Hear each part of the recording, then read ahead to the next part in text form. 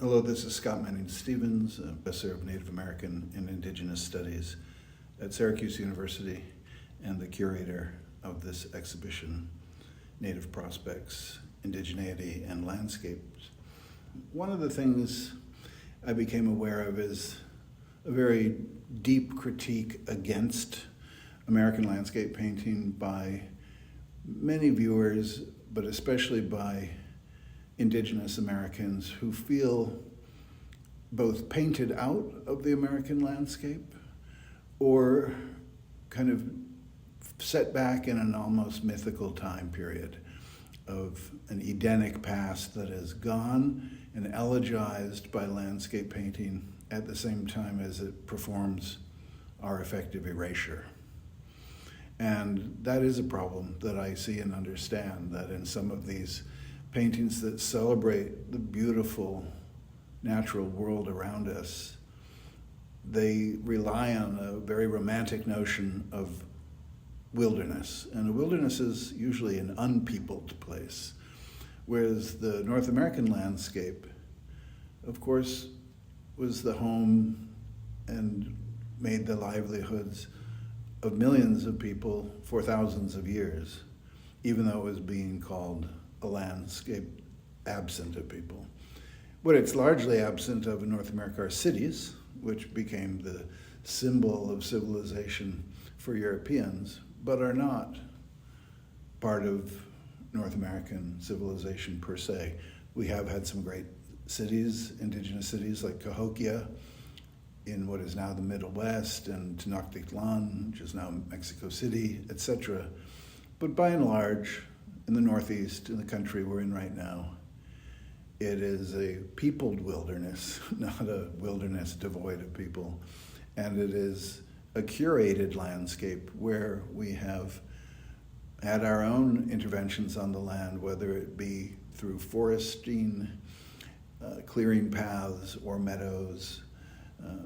our work with agriculture along riverbeds, etc. And so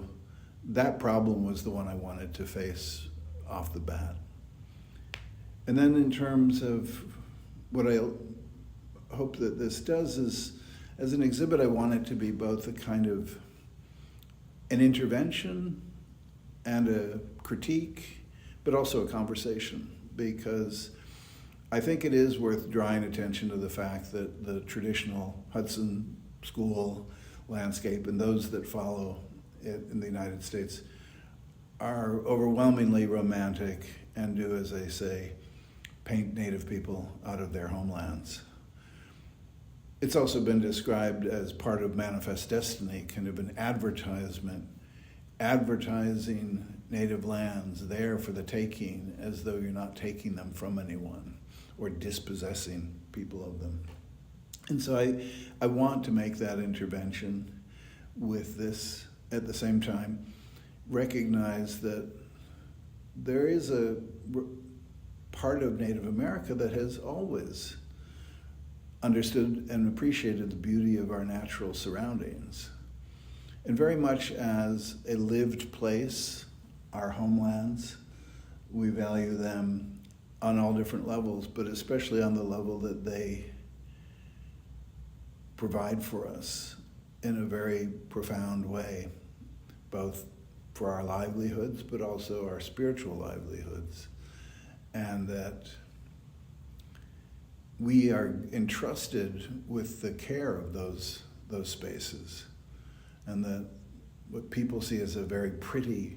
landscape is for us a home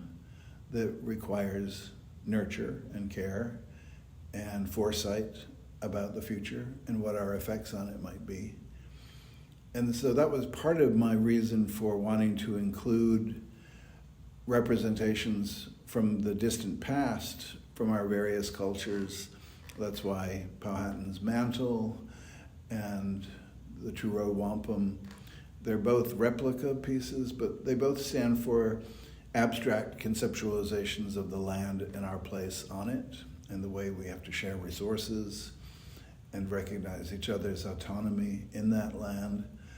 And I wanted to include those, or the sky dome motif, which comes from the Haudenosaunee world.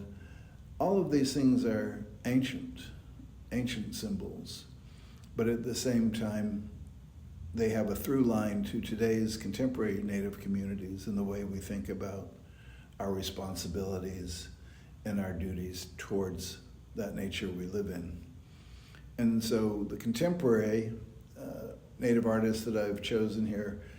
are all people that love and celebrate the landscape, but in a much more abstract, non-representational way, just as those ancient forms are mostly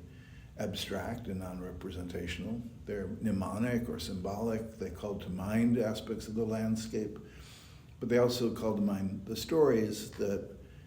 enrich that landscape and give it significance to individuals and to certain communities.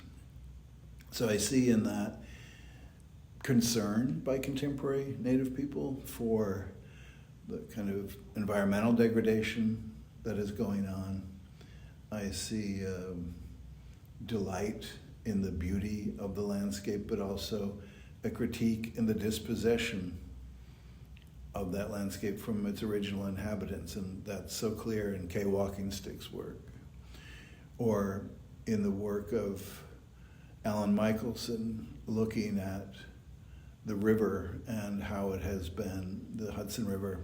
polluted, industrialized, changed, the type of mining and extractive work that goes on the land along it. All of those things are part of a critique, but they're also part of a conversation. You know, there's a beauty, just inherent beauty to Teresa Baker's work that looks down almost from like looking out of an airplane onto the patchwork that is the landscape of the Midwest where she grew up, and the prairies, and a real appreciation of that. At the same time, she signals through her inclusion of plant materials and other fibers with very contemporary, artificial grass and paint, her own relationship to her people, the Mandan Hadassah community, which was largely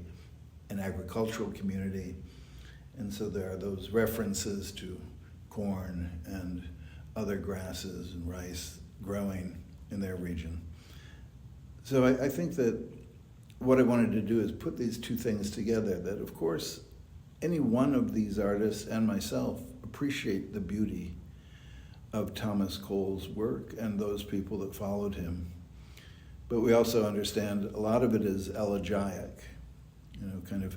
mourning the passing of something without a critique that says, is that passing inevitable? I want us to turn to indigenous voices that say, there's nothing inevitable, we can stop it, and we may have to for our own survival. So that's kind of the long answer to things I'm hoping will come out of the exhibition, that people will consider the relationship of indigenous people to their landscapes, consider modern and abstract representations of landscape as part of a longer conversation in American art, not just Native American art, but all these people are familiar with the Hudson River School and the beauty that those things evoke, but coming from a different perspective, coming from an indigenous perspective.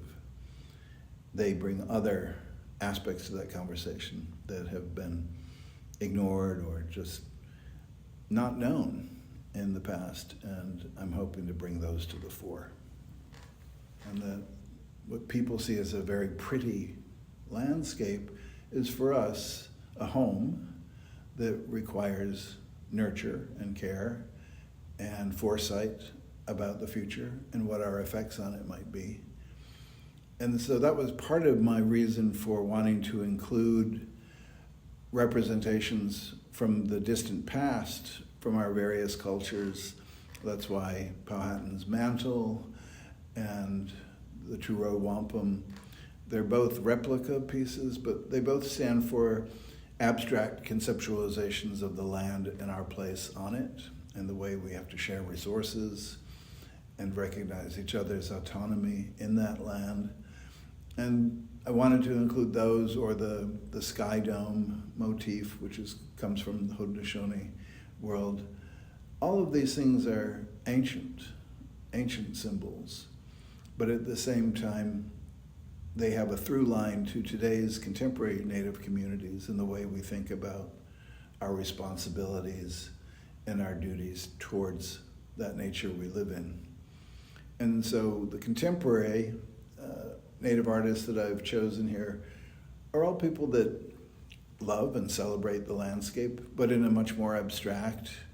non-representational way, just as those ancient forms are mostly abstract and non-representational. They're mnemonic or symbolic. They call to mind aspects of the landscape, but they also call to mind the stories that enrich that landscape and give it significance to individuals and to certain communities. So I see in that concern by contemporary Native people for the kind of environmental degradation that is going on. I see delight in the beauty of the landscape, but also a critique in the dispossession of that landscape from its original inhabitants, and that's so clear in Kay Walking Stick's work, or in the work of Alan Michelson, looking at the river and how it has been, the Hudson River, polluted, industrialized, changed, the type of mining and extractive work that goes on the land along it. All of those things are part of a critique, but they're also part of a conversation. You know, there's a beauty, just inherent beauty to Teresa Baker's work that looks down almost from like looking out of an airplane onto the patchwork that is the landscape of the Midwest where she grew up, and the prairies, and a real appreciation of that. At the same time, she signals through her inclusion of plant materials and other fibers with very contemporary, artificial grass and paint, her own relationship to her people, the Mandan Hadassah community, which was largely an agricultural community. And so there are those references to corn and other grasses and rice growing in their region. So I think that what I wanted to do is put these two things together, that of course, any one of these artists and myself appreciate the beauty of Thomas Cole's work and those people that followed him. But we also understand a lot of it is elegiac, kind of mourning the passing of something without a critique that says, is that passing inevitable? I want us to turn to indigenous voices that say, there's nothing inevitable, we can stop it, and we may have to for our own survival. So that's kind of the long answer to things I'm hoping will come out of the exhibition, that people will consider the relationship of indigenous people to their landscapes, consider modern and abstract representations of landscape as part of a longer conversation in American art, not just Native American art, but all these people are familiar with the Hudson River School and the beauty that those things evoke, but coming from a different perspective, coming from an indigenous perspective. They bring other aspects to that conversation that have been ignored or just not known in the past, and I'm hoping to bring those to the fore.